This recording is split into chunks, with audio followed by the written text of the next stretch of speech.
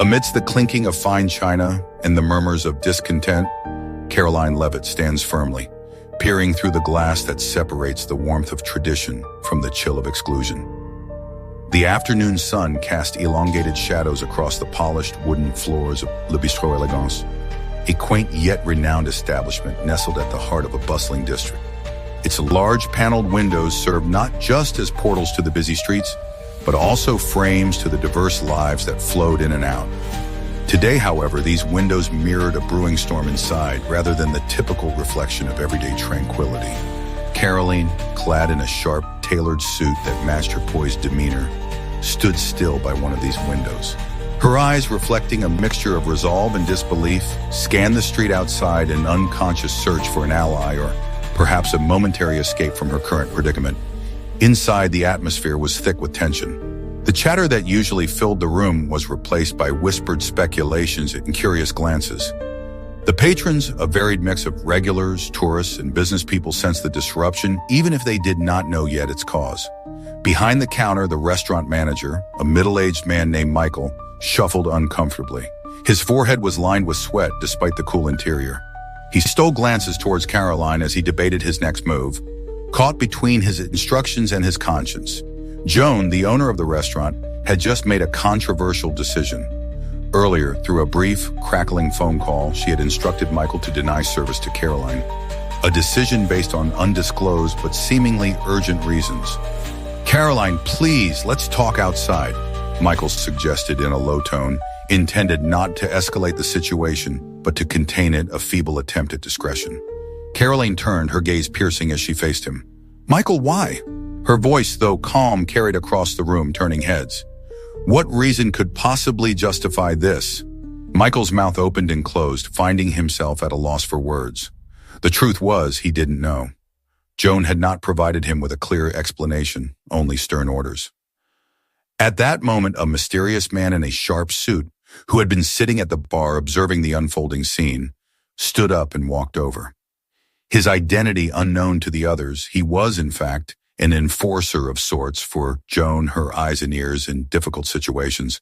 "Ms. Leavitt, perhaps this isn't the place to," Karoline interrupted, turning now to face him, her back straight as an arrow. "And you are?" He paused, taken aback by her forthrightness. "I work for Joan.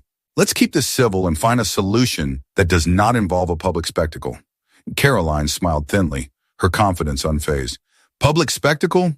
My dear sir, seeking justification for being refused a meal at a place where my presence was once celebrated isn't a spectacle. It's a right." Around them, some patrons nodded in agreement, while others diverted their gaze, uncomfortable with confrontation. As the standoff continued, a soft drizzle began outside, dappling the windows with a mist that blurred the line of vision, symbolizing the murky opacity of the situation.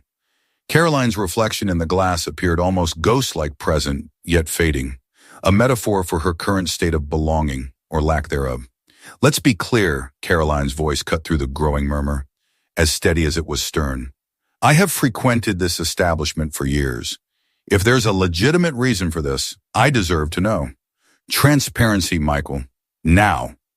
Michael looked desperately toward the mysterious man for guidance, only to find him equally uncertain. The unknown surrounding Joan's decision weighed heavily, casting a shadow of doubt even on her own enforcer. Would the reason be revealed? Could the tradition and community of Le Bistrot Elegance withstand the secrets and fears simmering beneath its elegant surface? As the story unfolds, the true colors of loyalty, justice, and power within this microcosm of society are starkly revealed, one demanding conversation at a time. On a chilly late autumn evening, Karoline Leavitt stands firm before the glass windows of Joan's elegant restaurant, her breath fogging up the glass. The reflection reveals a confident, well-dressed woman with sharp eyes, her silhouette cutting through the warm glow of the restaurant's chandeliers, like a call for justice amidst the buzz and clatter of silverware inside. Outside, the dusky sky molds into the darkening corners of the city, street lamps casting long shadows that play on the pavement like silent accusations. The decision had been delivered just moments before by the restaurant manager, a middle-aged man named Gregory, whose ordinarily open face now seems closed, edges tightened with fear and conflict. "I'm sorry, Ms. Leavitt," Gregory had said, voice cracking slightly under pressure. But I must enforce the owner's directive. You are not to dine here anymore. Karoline, standing resolute, scans the restaurant's interior through the windows. Her eyes lock on different patrons whose reactions vary from supportive nods to indifference, and even a few shaking heads of disapproval. Inside, a mysterious man in a suit observes quietly from a corner. His eyes, hidden under the shadow of his brow, dance with an unreadable intent. He's an enforcer of sorts for the cryptic decisions made behind the scenes. Decisions that now find Karoline estranged from a place she once felt part of. The atmosphere thickens with tension, the bustling noise now seeming more like a cacophony than the usual pleasant hum of a dining establishment. A young couple with progressive views whispers about the injustice, their conversation a mix of revolt and disbelief. An older gentleman, however, huffs about the need for rules and discretion in private businesses, his voice spreading a cold wave of traditional rebuke through the air. Karoline turns her back to the glass, facing Gregory, who has followed her, wringing his hands compulsively. "What isn't Joan telling me, Gregory?" Karoline's voice is calm but carries a weight that demands truth. "Why am I being ostracized?" Gregory meets her gaze, his eyes flickering with an internal struggle. "It's complicated.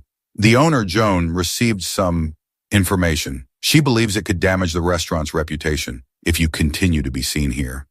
And who decides what information is credible?" Karoline counters, her tone steely yet composed. "And at what cost, Gregory? At the cost of justice and truth?" Before Gregory can respond, the mysterious man in the suit stands, his motion smooth and deliberate.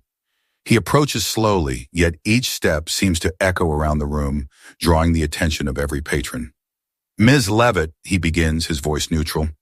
Yet there's a slight edge to it, like a thinly veiled threat. "It's best not to challenge the decisions from above. Consider this a friendly advice." Karoline looks him over, her intellect piecing together the obscured facets of this theatrical power play. "And you are," she inquires, her gaze unyielding. "Someone who advises keeping the harmony," he answers cryptically, then turns on his heel and returns to his shadowed corner without another word. As Karoline steps back from the restaurant, her mind races with unanswered questions in the stinging reality of exclusion. She pulls out her phone and dials a number. "Joan, we need to talk." She speaks into the phone as it connects, her voice a blend of resolve and wrath. The patrons inside watch, some with empathy, others with discomfort, reflecting a society torn between the ease of silence and the turmoil of speaking out. The boundary between Karoline and the community she knew is now as clear as the glass window reflecting her isolated figure against the sprawling cityscape, a metaphor for societal exclusion in the face of unwelcome truths. The atmosphere in Joan's restaurant was usually vibrant, filled with the clinking of glasses and the warm buzz of conversations.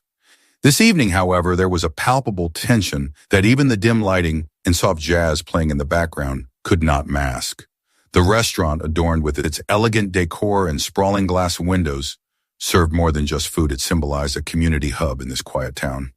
Karoline Leavitt, always poised and articulate, sat at her favorite table by the window. The glass not only gave her a view of the bustling street outside, but also eerily mirrored the now unsettling boundary between her and the place she once felt part of. Karoline's usual calm demeanor was strained. Earlier, she had received a curt message from the restaurant manager stating that she was no longer welcome at the establishment due to an unspecified policy change. The reason was not made clear, and Karoline, sensing an underlying injustice, decided to confront the situation head-on. "Karoline, I wish you'd understand. It's not in my hands." The middle-aged manager stumbled over his words, avoiding eye contact. His usual confident self was replaced with a figure that seemed shrunken, burdened by directives he neither agreed with nor could defy. "Why, though?" Karoline's voice was firm, her eyes searching the managers for a sliver of truth. "What exactly is the policy that forbids me from dining here?" It's complicated," he muttered, shifting uncomfortably. At that moment, a man in a crisply tailored suit approached. His identity was unknown to the regular patrons, but his demeanor suggested authority, a stark contrast to the visibly tense manager. "Can we help you, sir?" Karoline asked directly, her gaze locking onto the newcomer. "Ms. Leavitt, I represent the interests of the owner. It's advised you comply without creating a scene," the man stated flatly, his message clear but his motives shrouded in ambiguity. A murmur rippled through the gathered diners. Some were patrons who revered Karoline for her community work and steadfast nature. Others, swayed by the air of secrecy and authority that the suit man commanded, murmured in disapproval towards her defiance. "I am merely seeking an explanation. I believe I am entitled to that much." Karoline maintained her composure, her voice resonant, breaking the hushed whispers around her. Just then, Joan, the charismatic owner, entered the fray. Clad in a sleek black dress that reflected her calculated nature, she was the epitome of controlled elegance. "Karoline, let's not turn this into a spectacle. I'll explain everything in my office," she said, her tone suggesting a mix of respect and rigidity. Karoline nodded, standing up gracefully, her stature unwavering. The patron's eyes followed her as she walked, her steps echoing lightly on the polished wood floor. The unknown man followed them, his steps silent but heavy with purpose. As they disappeared behind the office door, the diners whispered among themselves, their voices a blend of sympathy, judgment, and curiosity.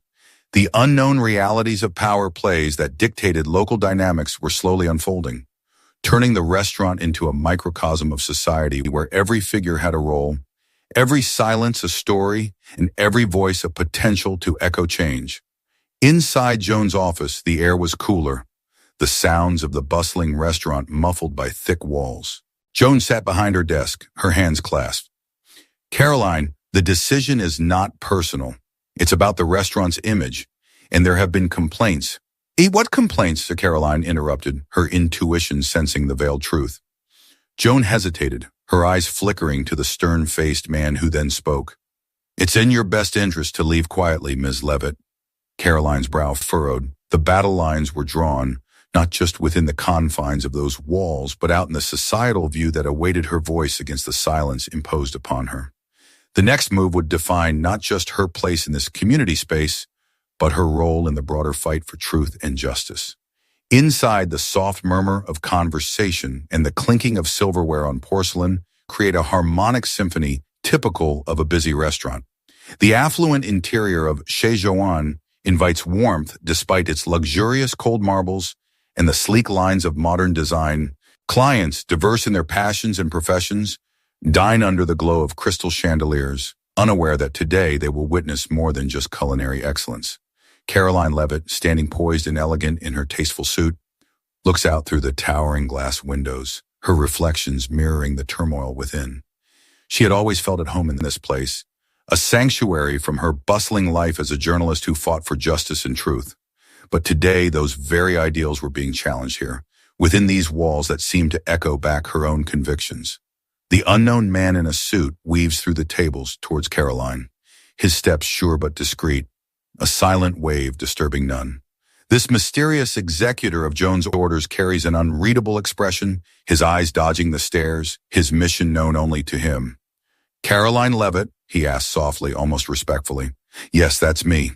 Karoline replies, her voice steady but her heart racing with a mix of apprehension and defiance. "I must ask you to leave. I'm truly sorry, but the owner has enforced a ban against you dining here." The words hit Karoline like a physical blow. Murmurs ripple through the nearby tables as patrons turn their heads, curiosity piqued. "Why?" Karoline asks, her eyes narrowing, not in anger, but in the pursuit of understanding. "What reason does Joan have to ban me from her restaurant?" The man falters. A flicker of hesitation crosses his assured demeanor. "I'm not at liberty to discuss it," he murmurs. At this moment, with all eyes subtly watching the unraveling drama, the restaurant manager, a middle-aged man with a kind face marred by worry, approaches. His hands are clasped in front as if in prayer or apology. "Karoline," he begins, his voice gentle, betraying his inner conflict. "Please, I don't want any trouble. We have our orders." Karoline looks around at the onlookers, some of whom show open support, others express disapproval, and a few remain engrossed in their meals, intentionally oblivious to the tension around them. "It seems I'm not just fighting for my meal, but for my place in this microcosm," Karoline states loudly, her voice resonating across the room, turning more heads in interest. "This isn't just about food, is it? This is about being silenced because some truths are too inconvenient to hear." Before anyone could respond, Karoline's phone buzzes. It's a text message from Joan. She hesitates, then reads aloud for all to hear. Caroline, come to my home. We need to talk. Alone. Joan. Caroline gazes at the restaurant manager and the unknown man, her gaze piercing yet sad. I will leave, but not because you have pushed me out. I'm leaving to find the truth. As she walks out, the boundary between the inner sanctuary of the restaurant and the chaotic reality of the outside world blurs through the glass pane. The patrons, thrust into a sudden silence by her departure, are left to digest not only their meals but the unfolding narrative of conflict and courage. Outside, the crisp evening air greets Caroline as she walks, her heels clicking against the pavement, each step a metaphorical echo of her unyielding resolve. As the glass door of the restaurant closes behind her, it reflects not just the setting sun but the fiery glow of a woman who would not be silenced, her story not yet fully told. As evening settled over the city, the sun dipped low in the sky, casting an amber glow through the large glass windows of the restaurant. Inside, the atmosphere was a rich tapestry of anticipation, curiosity, and tension. The patrons of the evening, a mix of regulars and newcomers, were interspersed throughout the dimly lit, elegantly furnished space. Their conversations a soft hum beneath the clinking of dishes and glasses. Caroline, seated alone at a corner table, her poised demeanor unshaken, gazed through the window. Opposite her sat the restaurant manager, a middle-aged man with apprehensive eyes sweating as he wrestled with the unease of his predicament. The mysterious man in the suit lingered by the bar, his intentions as obscure as his expression, observing silently. Suddenly, the murmur in the restaurant was pierced by the shrill ring of a phone. The manager excused himself and hurried to answer. The patrons glanced up briefly before returning to their meals and private conversations. Caroline took a deep breath, her keen eyes never leaving the space where the manager had disappeared. After a tense few minutes, the manager returned, his posture stiff. Caroline's voice, firm and resonant, broke the silence that had fallen between them. I understand this must be difficult for you, but know that I seek only the truth and fairness in this matter. The manager nodded, struggling with his words. Miss Leavitt, there are things at play here that are beyond my control. Ms. Joan insists. Insists on what? Caroline interjected, her tone steady but swirling with an undercurrent of frustration. On a decision made in shadows? On silencing voices rather than listening to them?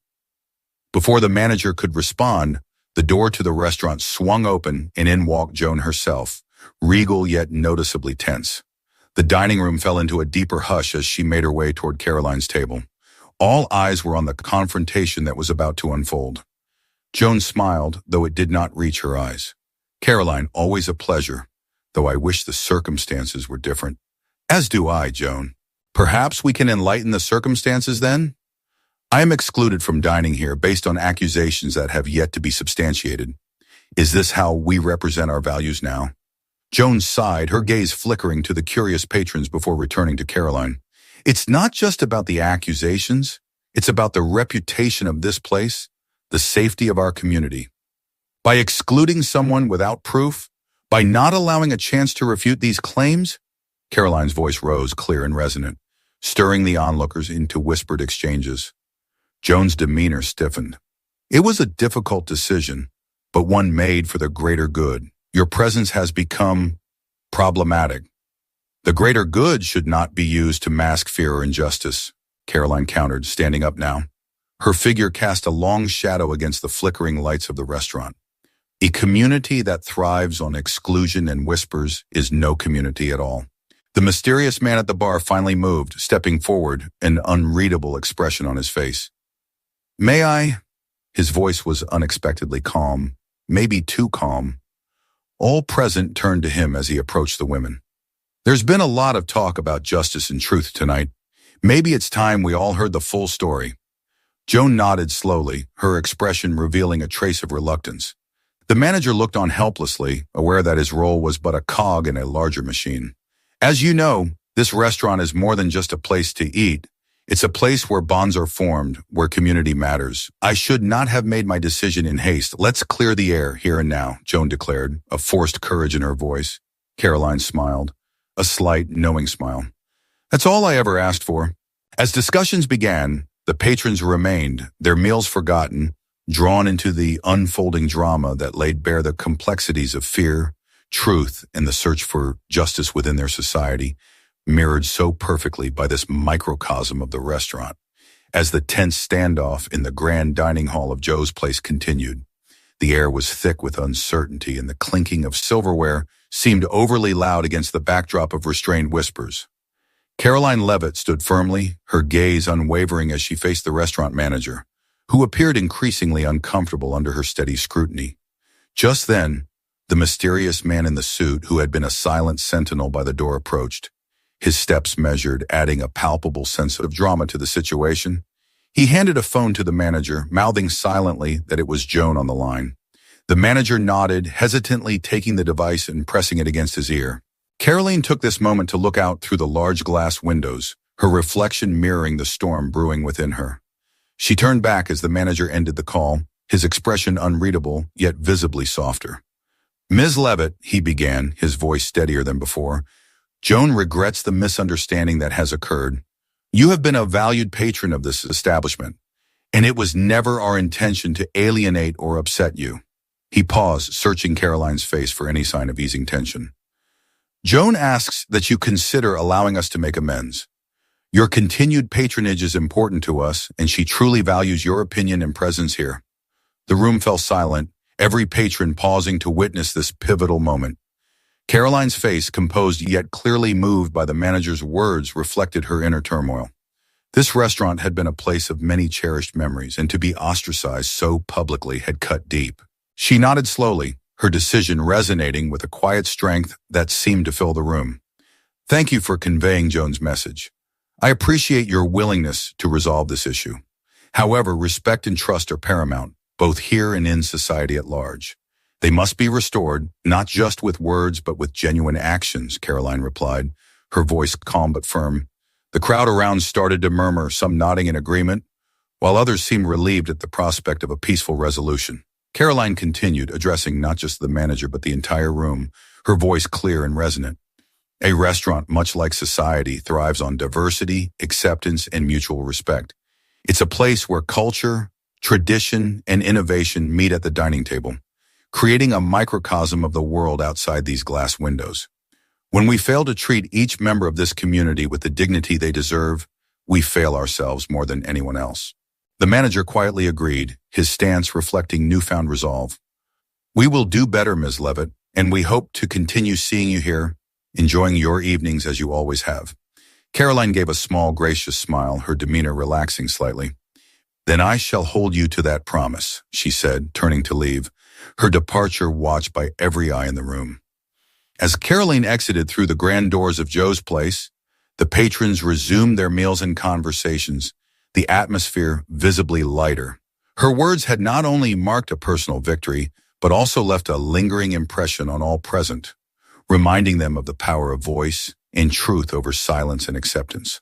Outside, as Karoline looked back at the restaurant through the transparent glass, reflecting the bustling street and setting sun, there was a small, satisfied nod to herself before she disappeared into the bustling crowd, her spirit unbroken, her beliefs stronger than ever.